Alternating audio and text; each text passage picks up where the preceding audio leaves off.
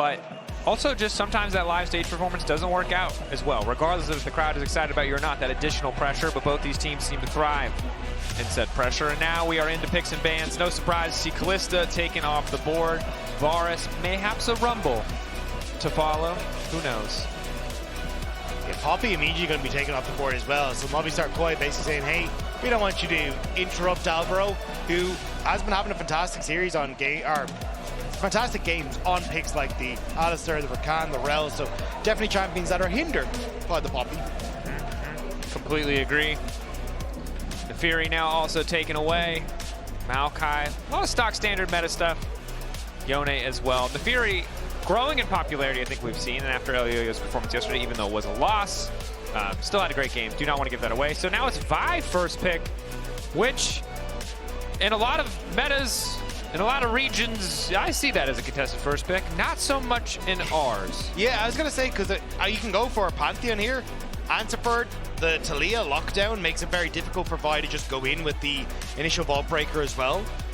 So not exactly the happiest of times if you're going to be Elyoya, but we'll have to get sneaky with Okay, also not to rain on the parade too much here, but you can pick Taliyah and then you get whoever is left of those two champions, right? Yeah.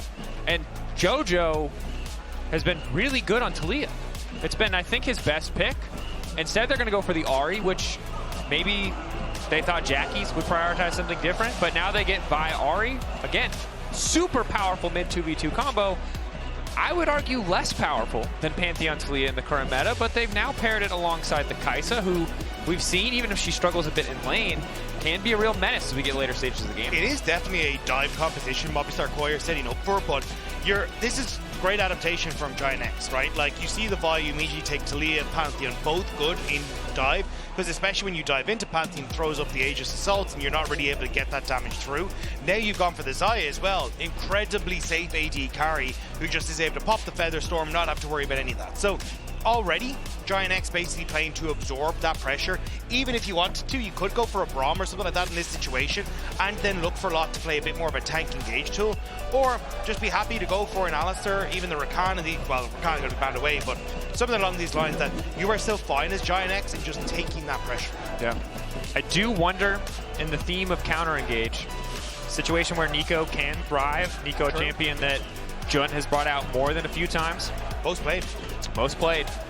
And also, you know, you've also got the Xayah, who can follow up good chain CC in the context of the 2v2, and with Rakan off the board, Nautilus off the board.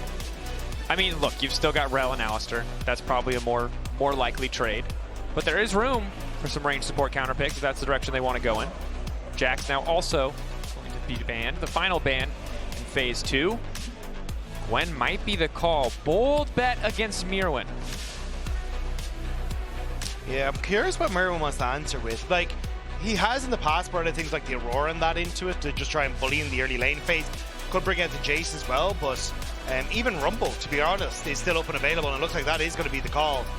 Something that he's done relatively well on the Rumble into it. I think he got the solo kill in the match yesterday, yes, if I remember correctly. So at this stage, Movistar KOI at least adding some, well, fire to what their threat is of that dive. But I'm still liking what GIANTX have at the moment. I like it as well, but I will say that both these compositions feel like they have a clear goal and the tools to support it at the very least. I would say even more so for MKOI. Getting that Rumble so late in the draft feels very good. You needed AP in the top lane, or would like AP in the top lane. Downside is Kai'Sa not as comfortable with a more flexible build. Zhonya's would still feel pretty good in this game, so maybe forced to go full AD, the correct Kai'Sa. But whenever you have a dive comp, pairing that with a Rumble who can provide that long-range support is always going to feel good.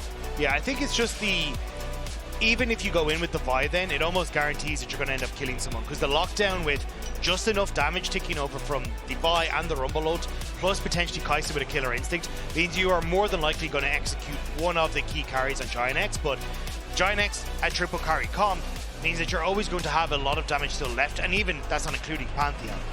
So I still think you have a lot of tools on GIANTX, plus Alistar very good when you try and play into him, same when you look at Xayah. So these are not going to be easy fights by any stretch of the imagination for Movistar KOI to try and play out. I think they do need to get rolling early to try and play through Vi as this big ease of access engage tool.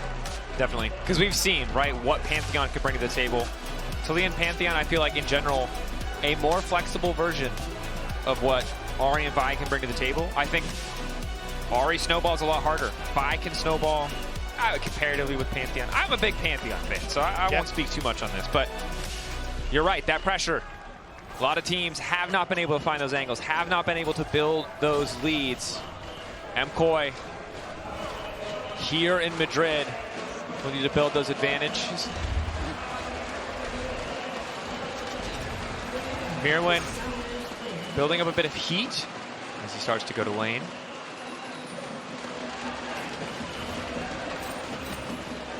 Seconds until minions spawn. Saw him linger in base for a second, so he might have done the double glowing moat start that we saw from Adam. Yeah, it looks like it is the case, because I don't think there is abilities basically on Rumble that, like, without the glowing moat start, you can get this high of a heat on. Yeah.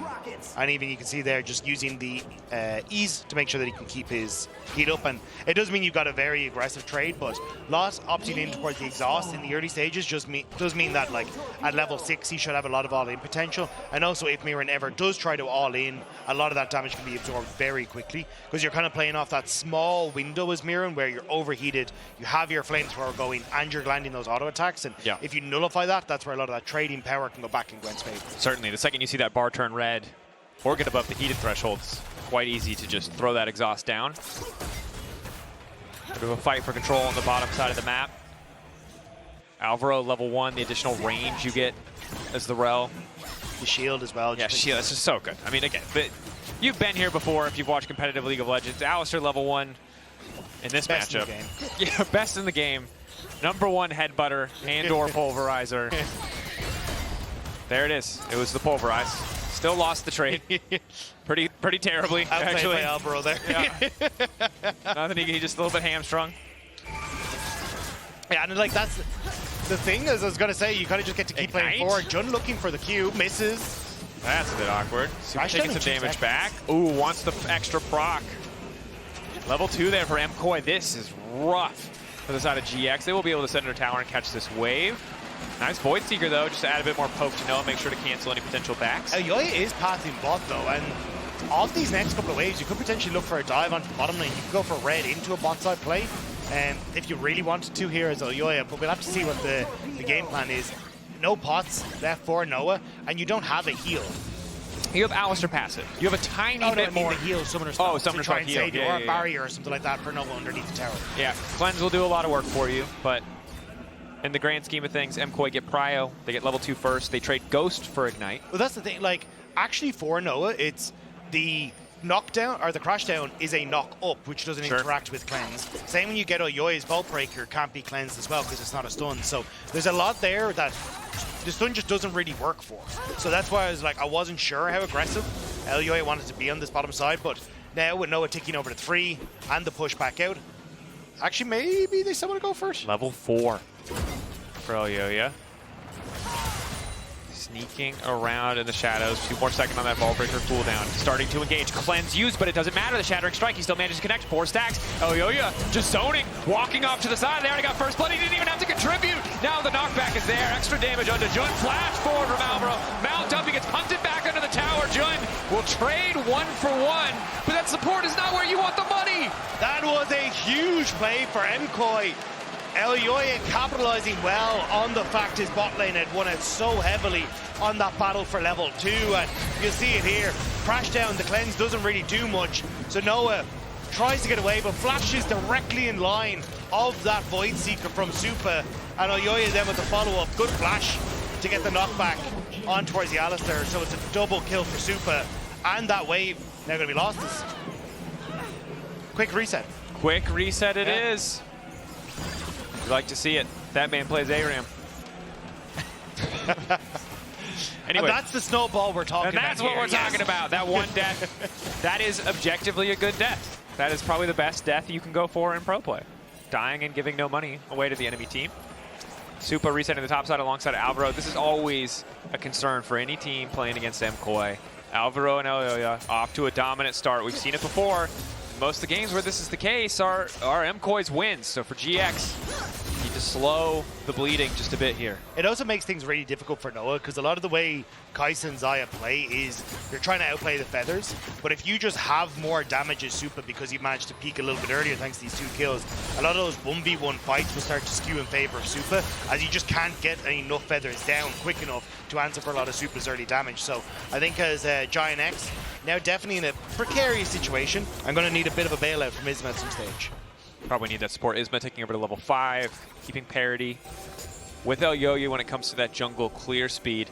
You can see at the very least for the side of GX, Lot doing well in that isolated 1v1, but he is down TP. So while he does have a small CS lead, hold that thought. Isma forced to flash, quick Aegis assault. And he was the man you wanted to bail people out, Rob. And he doesn't have flash. And who's going to bail out the bailer? That is the question. Is Lot going all in on Myrwn, has that level 6 advantage. Myrwn trying to turn back, flashing out. No exhaust needed from Lot. But it's the smart movement from Elyoya, because if you look at the mini-map, his camp is up on the bottom side, but instead he ended up going from Raptors straight up back into this top side. Now it is obviously for Void Grubs are up, but immediately able to contest Isma as well and sync up their pathing, because at this stage all he wants to do is prevent Isma from being able to interact with that top side of the map, and it's a good read from Elyoya. Quick from Jackie's is clean. Top side of the map, Alvaro getting a fight kicked off. Ball breaker in, a lot of damage down to Isma. They're going to immediately try to turn it back, but Isma's ticking. He can't get the final auto down onto Supa. It might not have mattered anyway. Empowered auto from Jojopyun will not get used.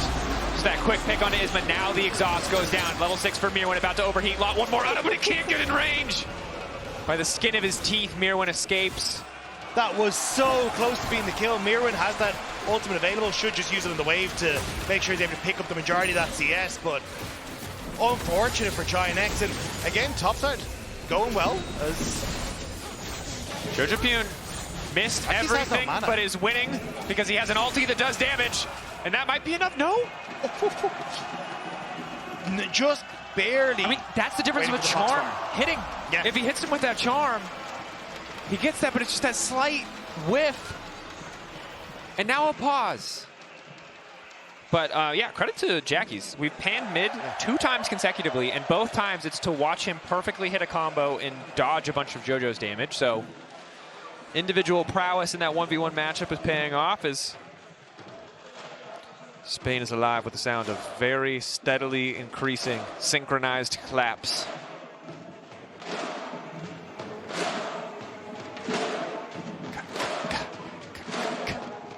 You must feel a lot of pressure when you're a league official trying to investigate a pause with this kind of clapping. I have to. Because you've only got him to the end of the clapping to figure it out. I expect Ebi at this point, who I just assume is the Emperor of Spain, to just like raise his finger up or down depending on how a pause is doing, and the league officials are afraid they may not make it out of this particular arena. Still though, I love the way Movistar KOI are playing this early game. Like the fact that you are shifting around the map, matching the 2v2 to constantly keep this Kai'Sa in a position where she's ahead.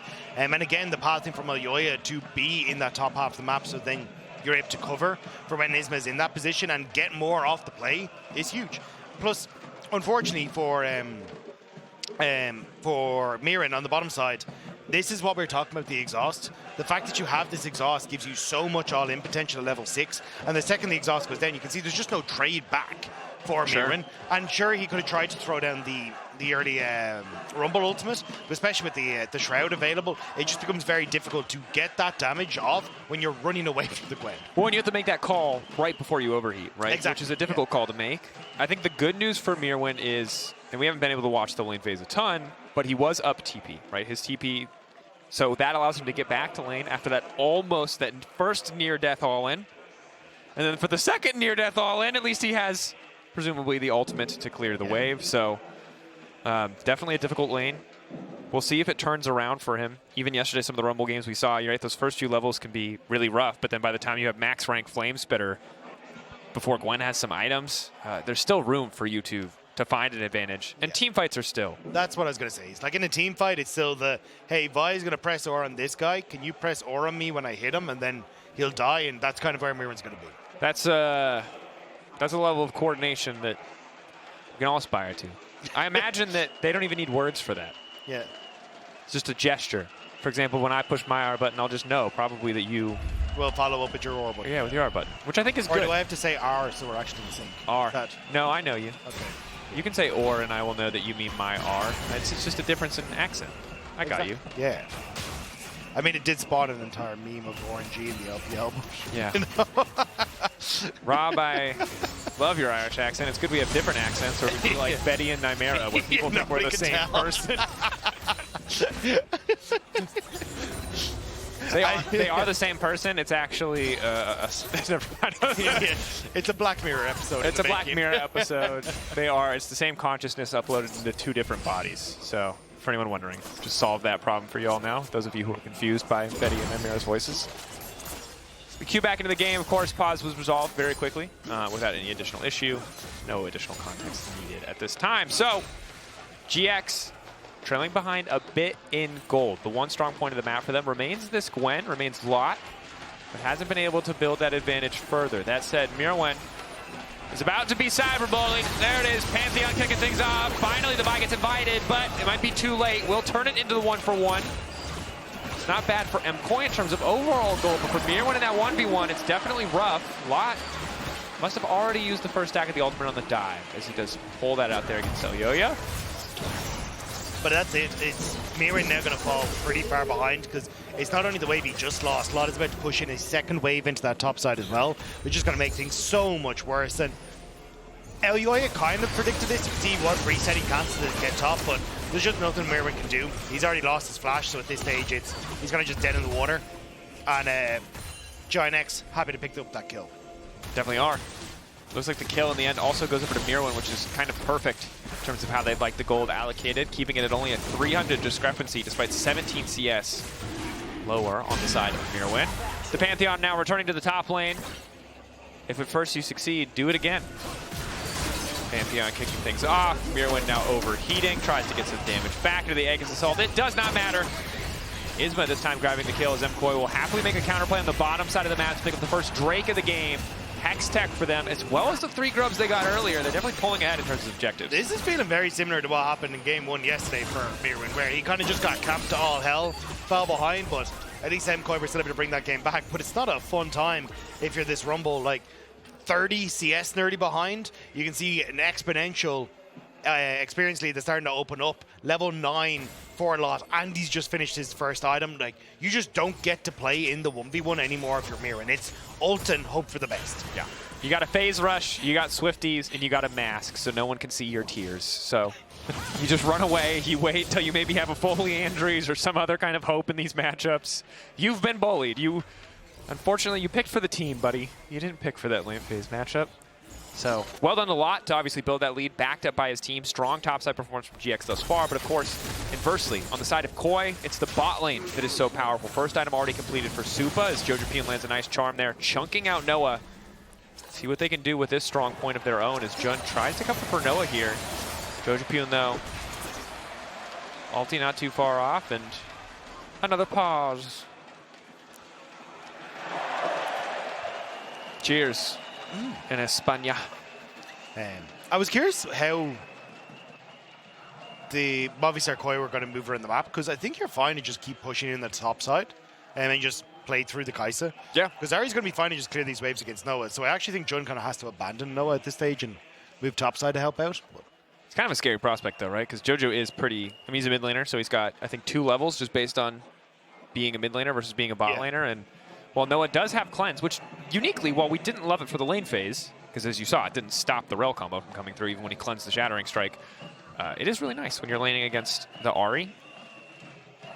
It's definitely going to help. And also just having a gigantic KO beside you going to help out. It was level 6 as well. I feel like you need if you don't, you get the cow. I assume that Jojo should be able to trade probably his ult for maybe even cleanse and ult from Noah. Yeah, definitely. Because, I mean, you saw one combo with electrocute half healthy Noah. Yeah. And if you add in ult damage into that as well, then it's lights out. So Noah would definitely have to ult early.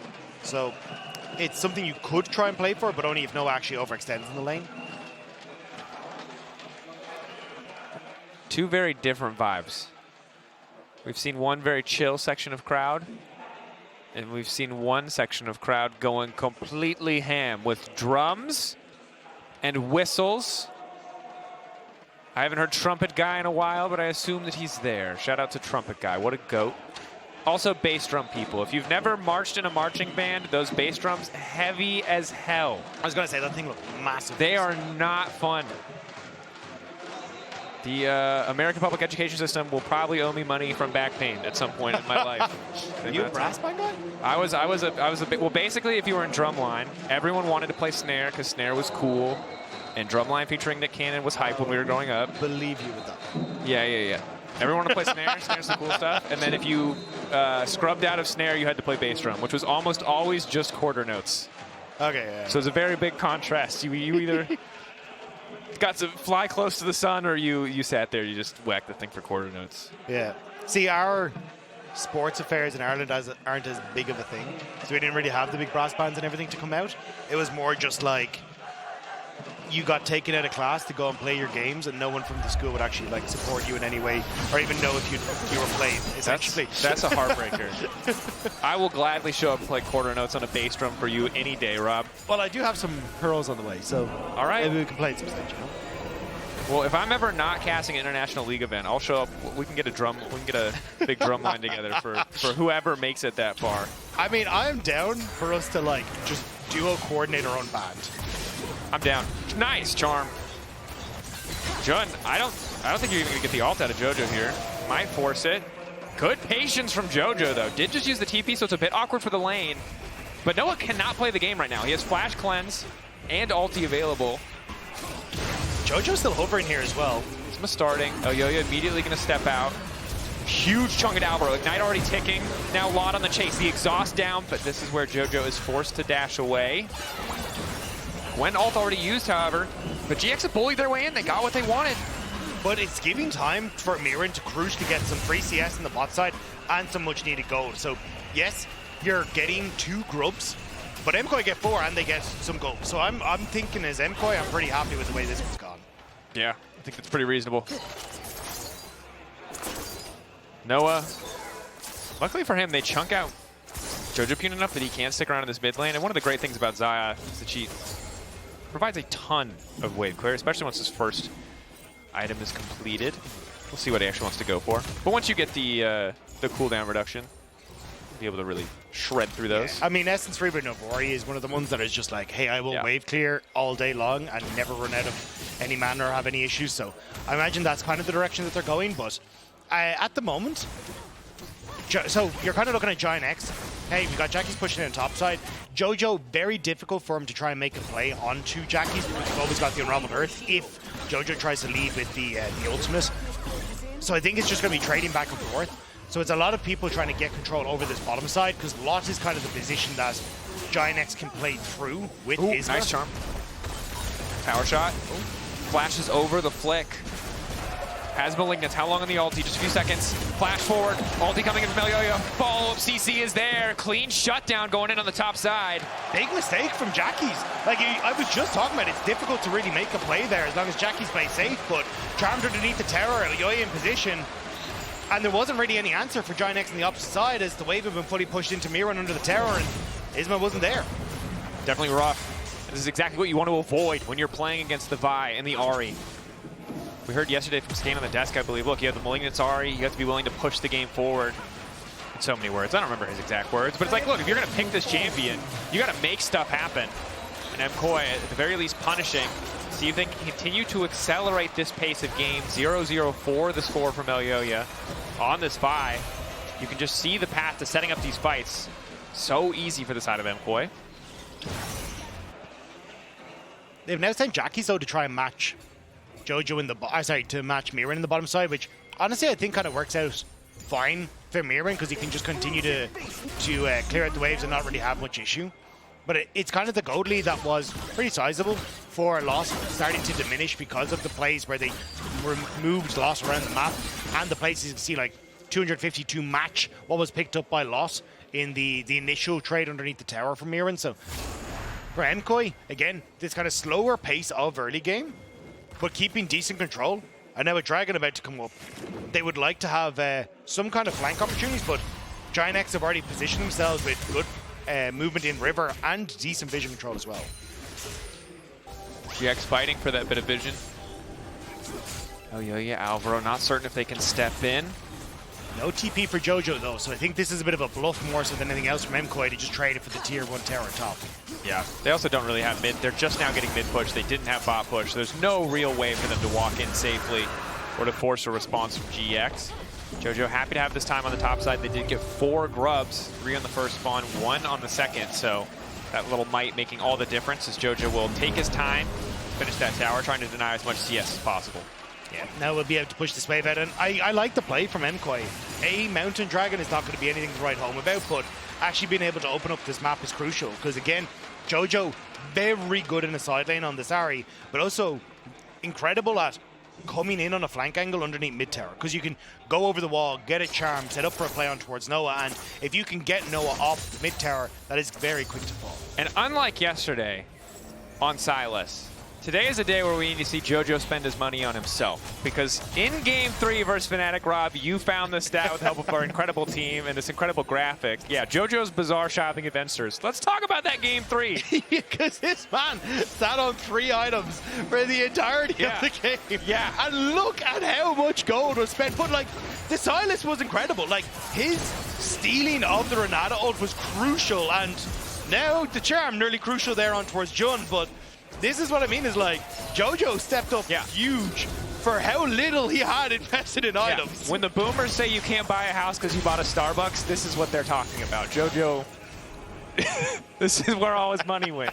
He bought pots and he bought wards. Today, none of that, Jojo. You gotta spend your money on yourself, because those charms keep hitting. Alvaro with a quick ball. 4-man combo. The equalizer a little bit off, but it might not matter. Myrwn starting to burn him down. Instantly Supa's into the back line. Does get stunned up with it, but he still manages to finish off Jackie's. KOI taking the fight overall, but Lot finally firing back. 2 down for Supa. Supa versus Noah, and Supa comes out on top. That's 3. Looking to make it 4. Wants to get 1 more. Shut down there, but at the end of the day, it's Jojo to finish the fight. MKOI turn to the Herald. MKOI get the picks that they need. Jojo's charm for the crash down from Alvaro, and the eruption from the MKOI fans in Madrid.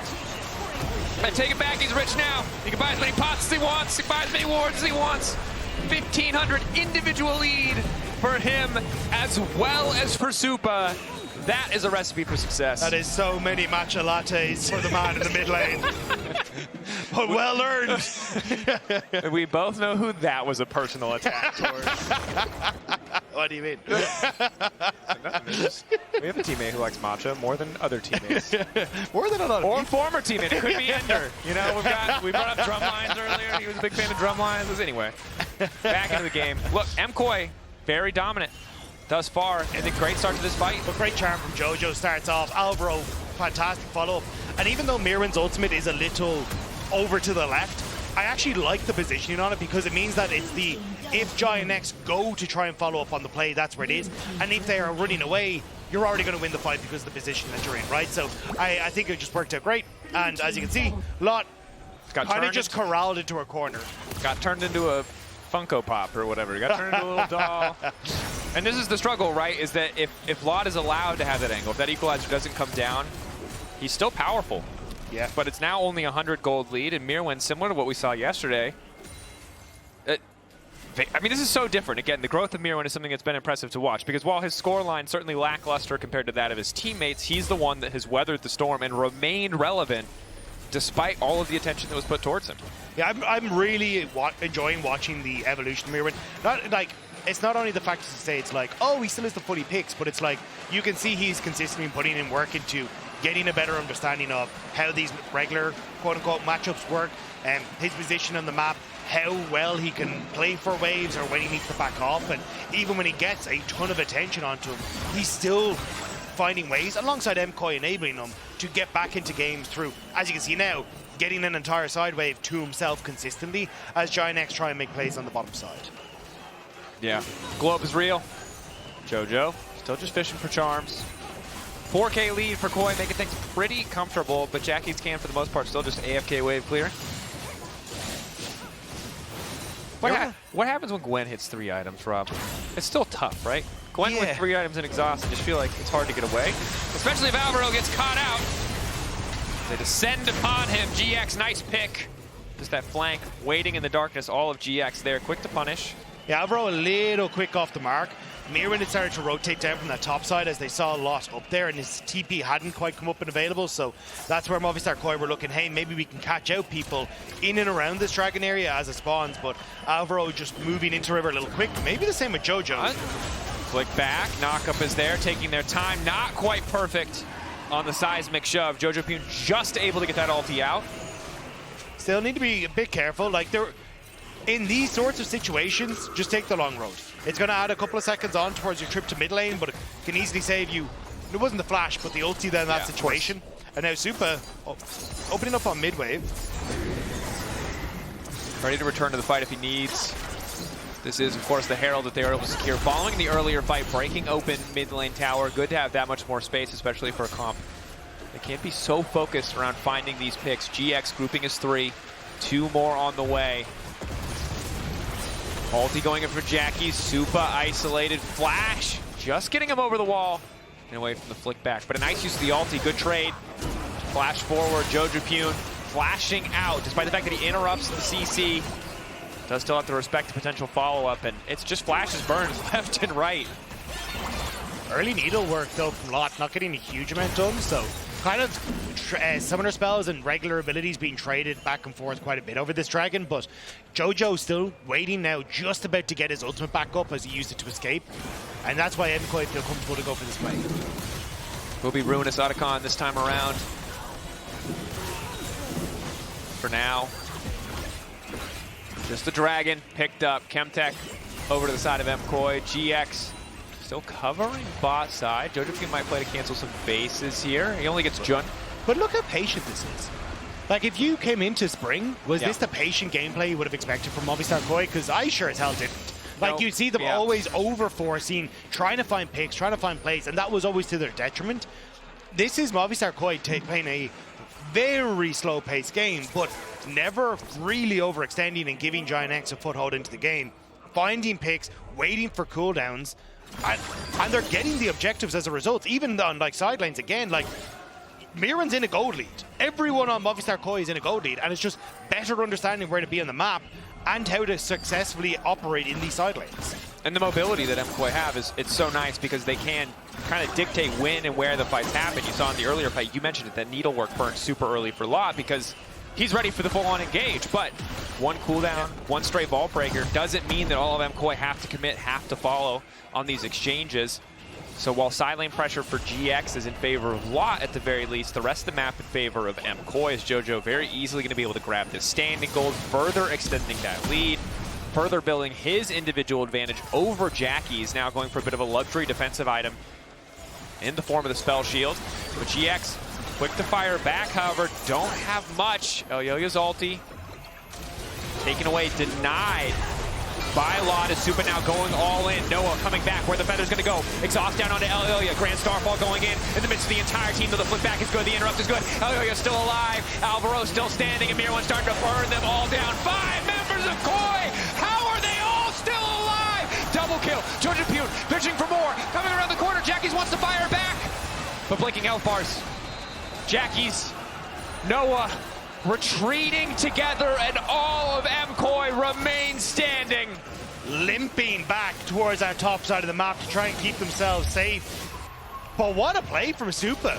So the initial shroud is gone, so Supa's like, great, I'm going to go in onto Noah. I know I've got the support from Elyoya coming in. Lot has to go golden, but a flash away from Elyoya and everyone on the flick back means that they're able to continue this fight.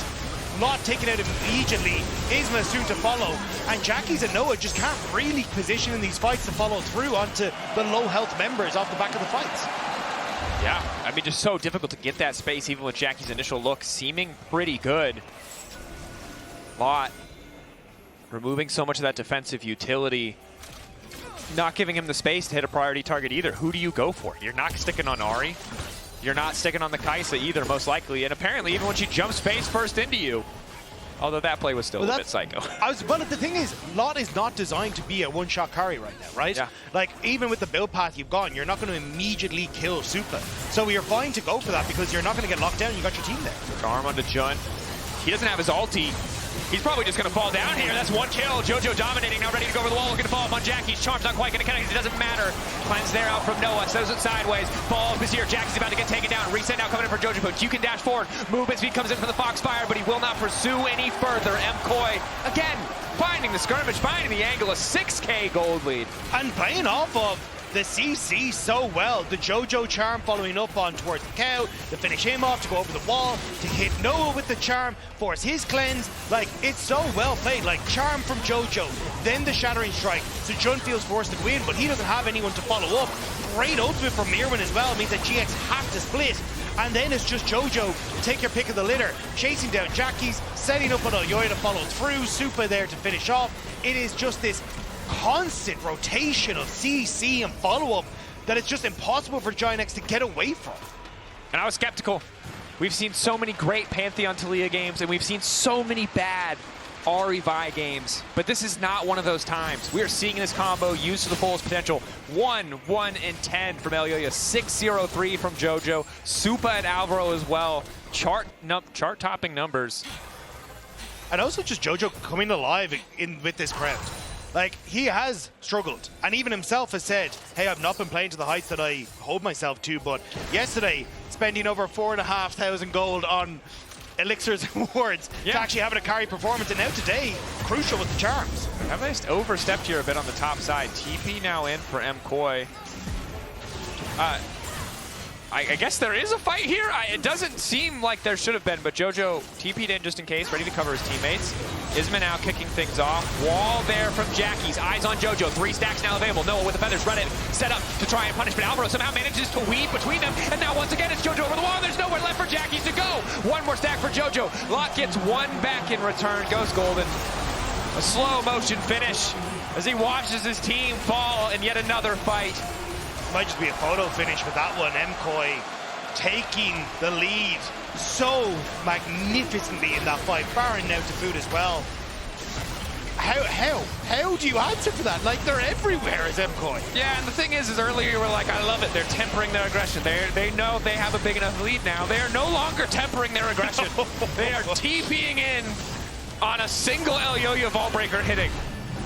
And it's all you need. And that's the kind of aggression you need to have to balance out that caution. I did get a little nervous because Elyoya gets stunned up here. It's like, on the flick back, it's like, uh-oh. But actually watch Supa again. He is fearless in these fights. Immediately shotgun himself into the backline, knowing that once that CC from the Pantheon's down, the Alistar's down, and even that seismic shove is down, there's not really anyone to lock him up. So he's just getting these massive plays in the backline with also then Jojo being able to follow up with him. I mean, it's almost a 10k gold lead at 27 minutes. Yeah, not bad. I thought that this series might be different in terms of, but it's reminding me a lot of our first series. But even more dominant, that's the big thing. I think this is the most kind of convincing mid-game we've seen today. Maybe Fnatic game 2 was different, but it's close. I'm very happy to continue passing the mantle of best team in our league between about 7 different teams in our league until we honestly, yes. Thank you. For once in like 5 years, let it just be completely unclear who the best team is. Reminder, again, I know you're skeptical. You're saying, what G2 and Fnatic played the first series? They both lost yesterday to these teams, right? And transitive properties and everything, but MKOI now obliterating GX. To be fair, KC aren't here, but MKOI, every week I feel like we change our opinion on them. Are they in the top? Are they not in the top? Well, this week they sure as hell are. When they play in front of a home crowd, when they play in front of Madrid, which seems pretty important, because if they do well, they'll be back here. They play like absolute demons. Yeah, and I gotta say, if Movistar KOI are coming to a hometown crowd like this, like, it's inevitable that they just feel like they have that huge advantage, because that crowd, every time they so much as sneeze in the direction of GIANTX getting a cheer. And look, we're big hyping them up right now. They're winning the game. It's so much easier to talk about them. Just real quick for GX, they have to live for really long time until they get a lot of items. Classic. So back to MKOI now. But it's the shout out to Myrwn yesterday. Yes. Because we praised GX's hype comms at the start of the day. We got to praise Myrwn as well. That man was doing what we have waited for. We saw Valorant players do it. We said, we need that too. He got up out of his seat and said, who do you think I am? Who do you think you are? I don't remember the exact words. It was also translated. There was a lot of idiots and bleeped out words. Yeah, there was a lot of bleeped out words too, but that energy, man. It's contagious, it's infectious, and for MKOI, it's only further enhanced by the level of aggression that they're showing on stage today in this game 1. But I think it's also, again, like, oh, hang on. Starfall, Myrwn running, but that's a Swifties diff right there, baby. And now they turn us, potentially Elyoya on the way, Supa on the way, but not quite able to connect with the Void Missile, but still, the Void Seeker, but still, it's the improvements from MKOI that make me excited about them. This slower pace, this, sidestep. Good movement from Noah, but doesn't stop the rest of the damage from connecting. Yeah, very even slow when the pace charm, from even when the charm misses. And again, they played at a slower pace when the game was in a more even state, and now they're playing a bit unhinged. But frankly, it's working. If you have a 14K gold lead and you let it go to Soul, you let it go to Elder, you let it go to another Baron spawn, you're just risking a comeback. Yes. You're risking a 50-50 smite steal to buy 5 more minutes to a 40-minute game state where your gold lead isn't nearly as impactful. So I like when MKOI with this kind of lead play. A little bit unchained, a little bit unhinged. And Jackie's trying to be like Jojo. See if he can make the comeback with the elixirs, you see? It's affecting the league, you know? He got to 4,525 gold Jojo spent in that game 3 on elixirs and pink wards. Yeah, 2,500 on just elixirs. On just elixirs. So here's the first 500 down for Jackie's. He's going to need 4 more elixirs. My man is going to be cut off. The bartender is going to say no more elixirs for you, bud. They're going to start playing closing time. I was going to say, what's it, the Bioshock is going to be called. How's it going? We have to fight a Big Daddy before he gets to the next one. Jojopyun. Big damage onto Jojopyun, the true damage from Ahri. Makes this pretty difficult for the Alistar. True damage. Yep. True that. Jojopyun dashing in. Flick back not there. Madrid alive with the sounds of KOI fans. MKOI, though, don't have a wave. So the fans will have to wait a little bit longer for this game. No, that's doing rounds around the stadium You're right, now. sure. The wave has come all the way back to the Rift now. Jojopyun going for the Charm Flash. Jackie's quick reaction, credit to him, but probably not enough to stop what feels like an inevitable finish. Myrwn also with the ulti. Can't just lay down the red carpet at any time, but taking his time with the poke. Minion body blocking the charm, so Isma doesn't get hit by it, but Movistar KOI, I mean, 2 waves meant to show up. First one gets cleared up by Noah, but the second one's just going to be here shortly. Jun looking for the engage. Flash headbutt pulled, certainly an option. MKOI don't want to flip it though. So, in a minute's time, that's all they're playing for. Playing with their food, actually, to be honest, at this stage, because it kind of feels like they can do whatever they Charm, want. there it is, they can! Oh, yeah. You didn't see it, but Dagda looked away for 1 second, as did I. And in a blink of an eye, someone disappeared. Jojo's favorite magic trick. All of GX trying to hold the line now, but that pick was probably all they need with Noah taken out of the equation. In goes Alvaro, down goes the red carpet. Everyone on GX just cut to pieces. Lotto fire back. Isma will do his best, but game 1 from MKOI was a thing of beauty. Aggressive where it needed to be. They weathered the storm in their weakest part of the map. They came back swinging the mid-game. Nothing but dominance in this first game of the day. I didn't realize that Jojopyun was putting all that money yesterday into a 401k for today. Because 11-0-8, that man could have bought anything he wanted.